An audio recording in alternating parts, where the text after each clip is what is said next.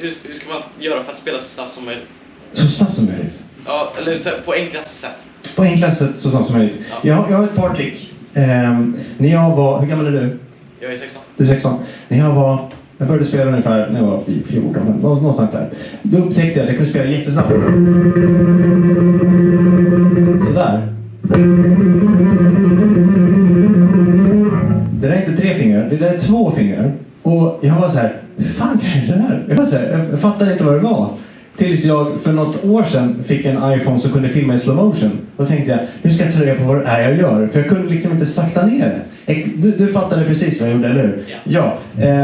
Det jag gör, pekfingret åker liksom fram och tillbaka. Så det blev liksom...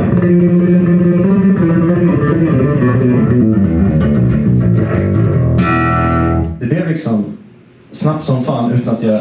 Där måste du förklara lite bättre. Alltså. Förlåt. Alltså, vi måste ju få en riktig förklaring så du kan göra likadant. Ja, det jag gör då.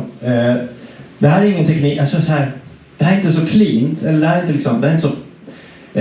För att använda, det snackar lite med våra kära ljudtekniker, det här med att det är inte så griddat där, det är inte så perfekt om du skulle sätta under en lupp, det är inte liksom perfekta 32 delar. Men det går jävligt fort.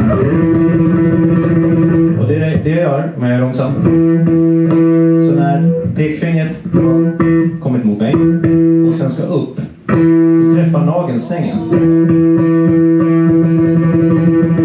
Det är bara på ett finger? Ja, bara pekfingret. Och det var så här...